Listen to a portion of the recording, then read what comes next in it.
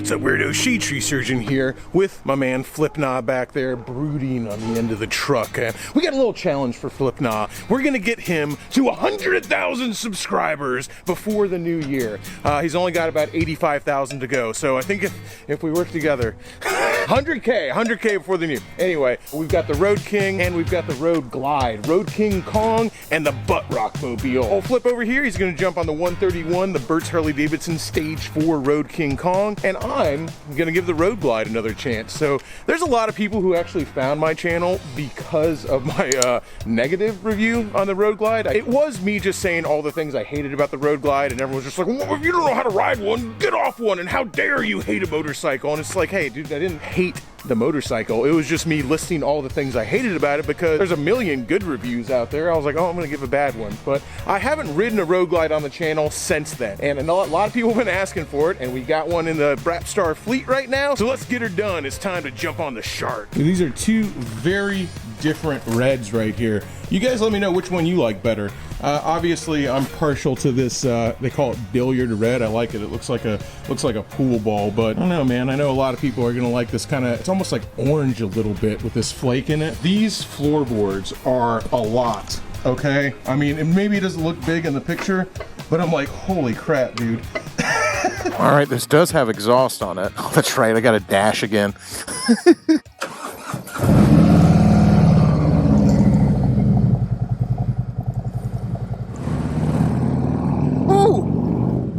First impressions of the Butt Rock Mobile? Man, it makes a cool sound, but it don't go like the 131 goes. It still moves though. I don't know, man. I was so like underwhelmed with the 107 when I rode it in California. I don't know if it's just grown on me more, or it's just the fact that this has a stage 1 on it and it really wakes them up, or if it was the simple fact that that 107 that I rode in California was the very first year, and it was a California compliant very first year of the Milwaukee 8. This definitely feels a lot faster than the Road Glide I rode in California. And the one I rode in California was also fully loaded with a tour pack on it. When I say fully loaded, I mean fully loaded with 10 days worth of crap. It just feels crazy to be moving down the road with this much fiberglass and plastic in front of you. You think I'd be used to it from the Goldwing? It's just that this is so close to the Road King Kong. Like, you're like, they're the same frame. So it's so close to being the Road King, it's just not. And the fact that this is up here after getting off the Road King with no dash, I gotta say, dude, even though I do like Road Glides, I think they look really good. I think the fairing looks awesome. I still prefer my Road King. Dude, for as ridiculous as these floorboards look, they're actually super, super comfortable.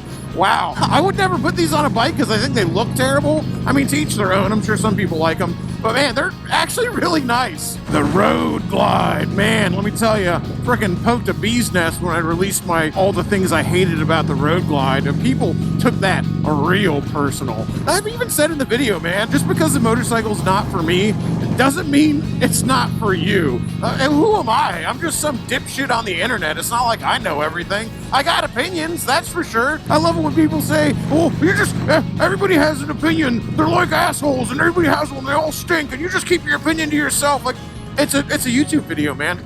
Like, well, that's what I do. That's what you do on YouTube. I show up and I express opinions about what I'm doing. That opinion might be about food, it might be about beer, it might be about motorcycles, but I mean, that's why you came. It's because I'm gonna express an opinion. You say keep your opinion to yourself. Like, there's not really a video if I do that. I feel the same way as I did in California, even though this engine does feel better. Like I said, it's got a stage 1 on it, and it's not California compliant. I don't know if that makes a big difference or not. It's just with this big front fairing on it, it just makes me feel, it just makes the whole bike feel really wallowy. It makes it feel like low and slow, and like I'm like not quite in control of the bike. And I think it's just in my head because I'm so used to riding my Road King, and I love this frame. The touring frame is phenomenal. For everybody who said they stopped making the FXR, they didn't. They still make an FXR frame. It's just a little bit bigger, and it's the touring bike frame. Guess what? The FXR frame was always a touring bike frame. If you look at the old FLTs, the FLT was basically an FXR frame. They just stripped all the stuff off of it and made it an FXR. Now, the FXR frame was always just a touring frame with all the stuff stripped off of it. That's always what a Super Glide was. It's basically a touring frame, a big twin frame with Sportster suspension and parts and wheels on it. So that's always been the Super Glide, even before the FXR. But in that regard, I think you could easily call the Road King, basically, that's the FXR now. It's a touring frame with all the stuff stripped off. I mean, it's not really a true Super Glide because it's got all the same wheels and suspension that the Road Glide and the Street Glide do, but that's about as close as you're gonna get. One thing I won't complain about is having this fairing when it's in the 50s. Let me tell you, this Florida boy, our blood runs thin down here. I love the hot weather, but it starts dipping into the 50s, I turn into a little sissy. I'm certainly gonna get out there and ride, and I'm sure all you guys up north will be dying for a 50-degree day right now. I never get to ride next to the Road King. What would you prefer? Would you be a shark nose? You want the fairing? Everybody's gonna want the 131. 131 notwithstanding. Legend suspension notwithstanding. All that stuff taken away. Which would you rather have? You gonna jump on the Road King or you gonna jump on the Road Glide? For me, it's a pretty easy choice. Even though this fairing is nice, there's just nothing beats having a clean and simple dash to me. I've got my Goldwing for long distance stuff, and I've got a fairing on my FXR just because I think it's hilarious. But for my everyday rider, for a bike that I'm going to put miles on, that I'm going to swing a leg over and fart in the seat 365 days a year, dude, I gotta have a clean and simple dash, man. This is just a little too much for me to look at every single day. A lot of people even complain that the Road King's speedometer is down here instead of on the dash. I much prefer that because that leaves the dash completely free and uncluttered. And come on, dude, who needs to know how fast they're going anyway? It is crazy to be going 90 miles an hour and basically have no wind at all hitting my chest. For all the crap I talk, and I said, I do think this is a really good looking bike. I think that the outside of the FXR fairing, which I really like, I think this is probably the best looking fairing, the best looking touring cruiser fairing in the market. I just think it looks really good. And man, not only does it look good, this thing freaking works. There's absolutely no wind on my chest right now. If this had a taller windshield, I could probably smoke a cigarette back here. The Butt Rock Mobile, baby! I don't know, there's just something about a Road Glide fairing that makes you want to just roll down the street blasting Limp Bizkit. You guys got Papa Roach on the rotation? Listen up, Chief. If you own a Road Glide and Buck Cherry's Crazy Bitch isn't in heavy rotation on your playlist, we're gonna have to pull your card. All right, stopping off at Bert's Harley Davidson, which is, of course, the reason we have these bikes. Bert's are good people, man. Bert's Barracuda, good friends with these guys. They don't pay us to come here. They don't pay us to ride their bikes. It's literally just a handshake deal because they're good people and they support the YouTube community here in Tampa. I think that's pretty freaking cool. So we're going to go see how annoying we can be today because apparently they are moving their showroom. So if you've been up to Bert's recently, you'll know that their showroom was kind of like in this warehouse right here, but that's the new showroom, and supposedly they're moving all the bikes over today. So let's go be a pain in the ass.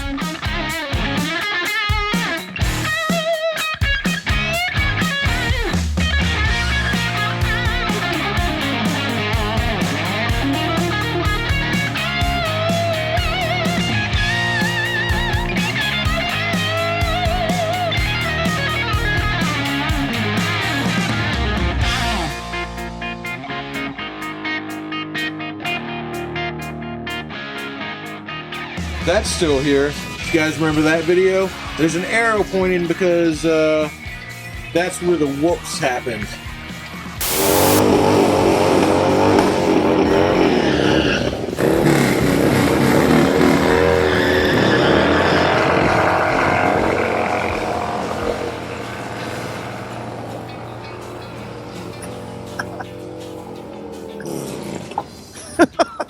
All right, I was going to stay here and annoy all these people at Bert's Barracuda, but they're actually working really hard. They started at 5 a.m. moving the entire showroom from that building to that building, and they're still working hard here. I think it's about 1 o'clock right now, so we're going to go ahead and let them be and come back another day.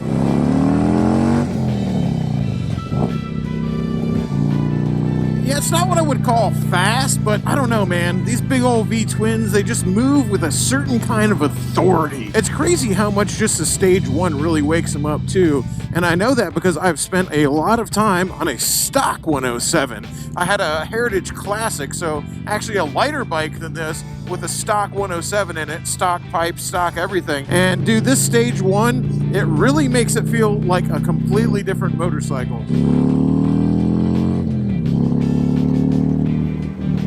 Now, I don't know how much of that is in my head and how much of it is in actual performance gains, but even if it's only in your head, hey, at least you're having fun. People who say you can't have fun, like I could never have fun on that big old clunky V-twin, doesn't make enough horsepower for me. Well, first off, dude, I love power, but at the end of the day, if I'm having a good time, that's all I really care about. Always get flashbacks in this spot. Oh, Jesus Christ. Holy dude.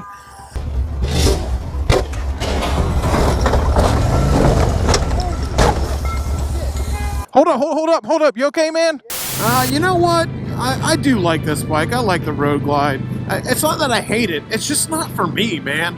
This is not the touring platform that I would choose. Does that mean I'm having a bad time on this bike right now? Hell no, man. There's very few motorcycles that I've ever had a bad time on. It's cool to see that bike without me on it. I love the Road King. I just think it's such an awesome platform. It's my favorite Harley Davidson by a long shot, outside of my FXR, but you can't really say the FXR is your favorite because they don't make it no more. Road King is my favorite Harley Davidson that is currently still in production. I just think it's such a good looking bike, man. And that Road King right there, that's exactly how I would do one. So that's the Road King I would build. Upgrade the suspension, upgrade the motor, put T-bars on it because even though I'm not the biggest fan of how T-bars look, I love the way they handle.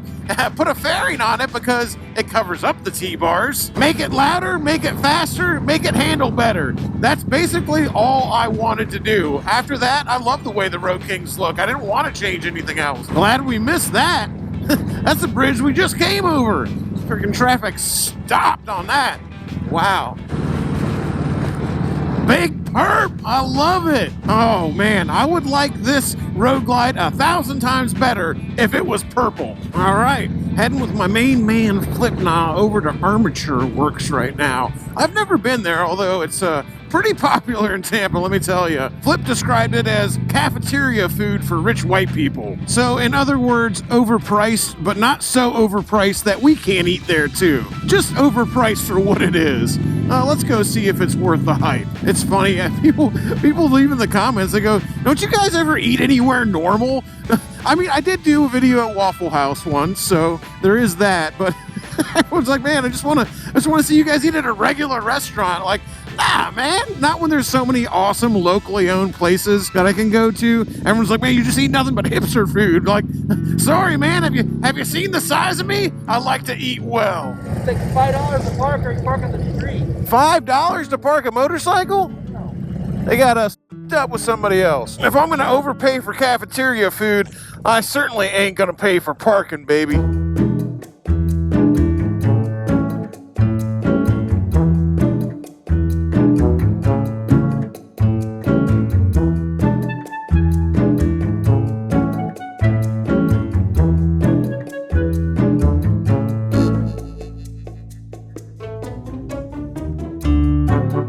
Flip here was not kidding when he said this is cafeteria food for white people, which just means it's overpriced cafeteria food. I just paid $14 for biscuits and gravy. I gotta tell you, I'm a bit skeptical.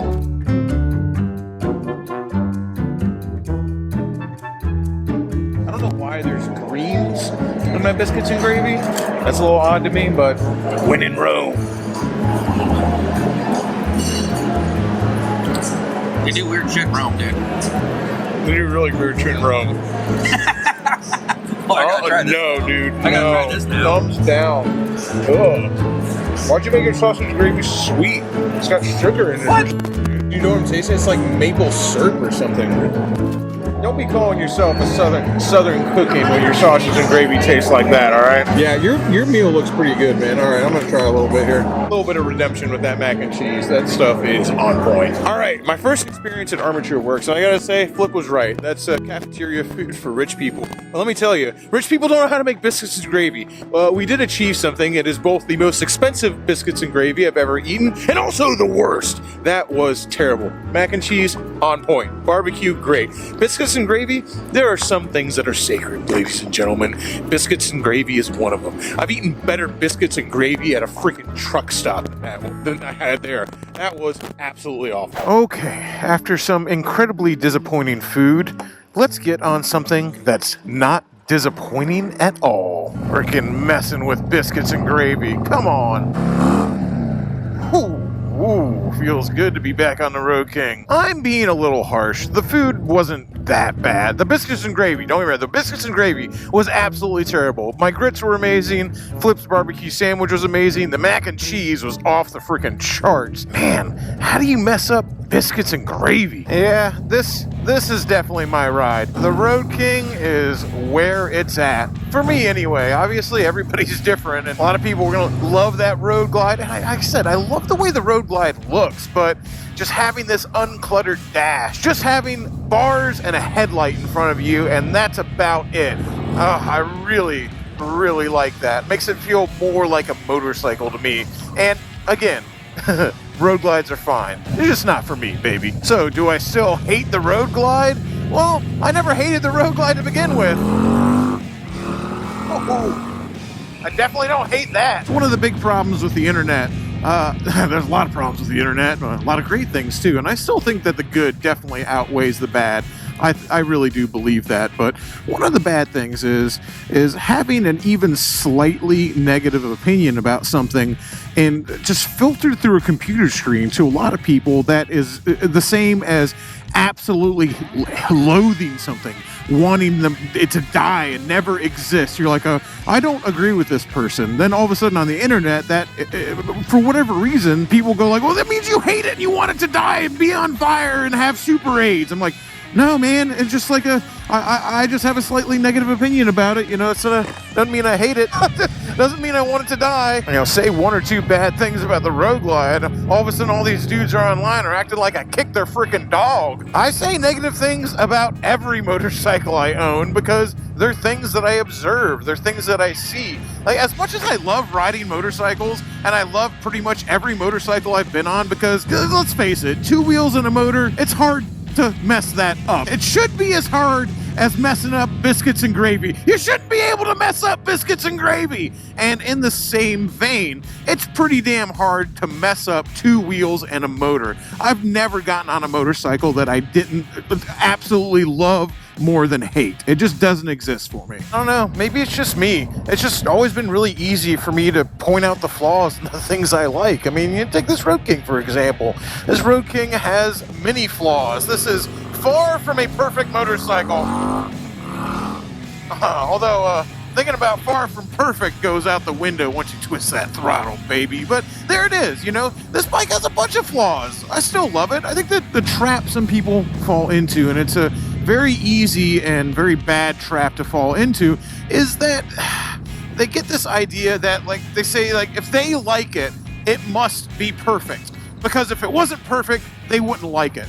And so they start taking offense when someone else points out flaws or doesn't like it, or starts kind of picking something apart that they have chosen to represent them. That they say, I like this. I love this. This is my thing. This is my motorcycle that I love. And if it weren't perfect, I would be incapable of loving it. So obviously it must be perfect, and there can't possibly be anything wrong with it. And if there's something wrong with it, and you find something wrong with it, it must be you, not the bike. You're the one who's wrong. Guys, let me tell you, it's okay to love something that's not perfect. It's okay to love something that has flaws. It's okay to love something despite its flaws. It's okay to love something for its flaws. I actually have a harder time loving something that's perfect. And by the way, I don't think perfect exists, but the more without flaws something is, usually I have a harder time loving something like that. Like, I like my stuff to be quirky. I like it to be weird. I like it to be a little funky. I like things to be just a little bit different. And yeah, those things have bigger flaws.